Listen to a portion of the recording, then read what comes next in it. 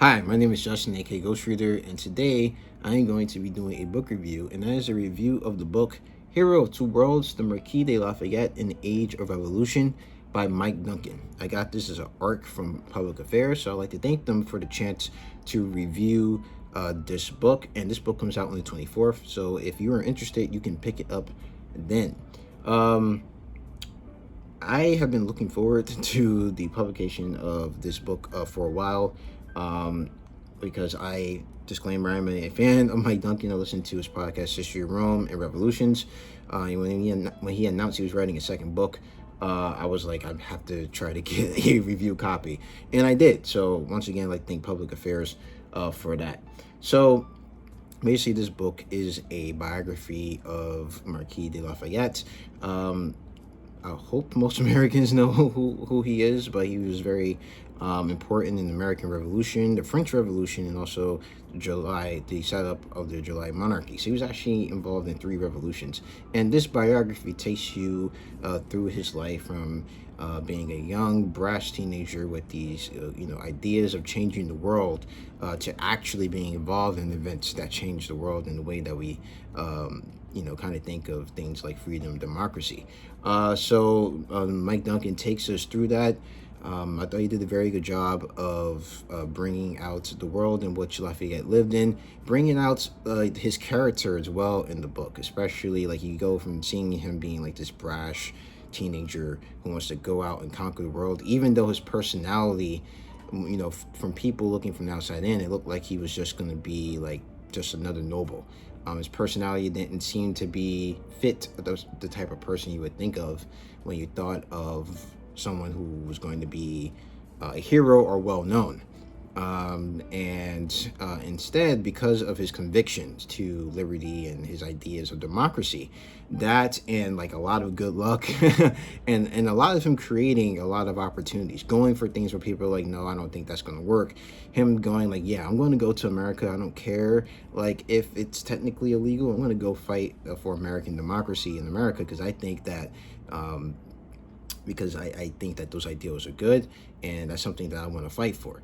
And his determination to see things through really comes through in this book. And you really get a portrait of a man who, through thick and then, once he determined that these were what his beliefs were going to be, he set out to make sure that those beliefs to make sure that he practiced those beliefs in his own life and to see that the government and things that he was part of followed those or tried to reach for those ideals as well.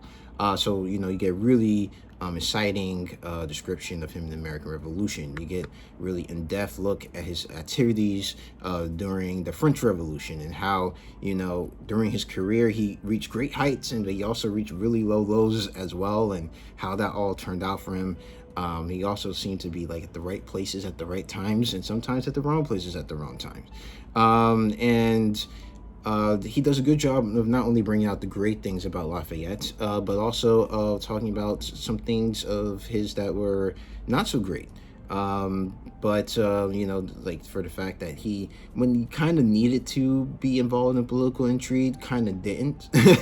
But in some ways, I can respect that. But then when I look back, it's like if he had actually taken maybe another road, maybe things would have turned out a bit differently for him. But at the same time, I can respect the fact that he stuck to his principles and that he didn't get involved in those intrigues, even though I think it hurt to his detriment and also to maybe the advancement of his ideals as well. But I can respect that in him. And I also respect the fact that he was for the abolition of slavery. That's something I did pick up on the podcast that Mike Duncan did when he did talk about the French Revolution and Lafayette's involvement in that. But this really shows through here where he was for most of his life, once he picked up the cause for abolition, talked about it. He himself even tried an experiment where he tried to see that through. However, a lot of things conspire to ruin that experiment, as you'll see if you read the book. I thought this book was very good. I thought it gave a very well-rounded view of Lafayette's life. It can be very exciting at times and very kind of sad at times as well. But you get a very good look at a man that was part of like three great revolutions. important revolutions on the way to some of the ideas that we have today, especially in America, France, and how those ideas are spread across the world now. But it also gave us a look at Lafayette the man, and man behind the myth and all of that. So I really like this book. I enjoyed the read.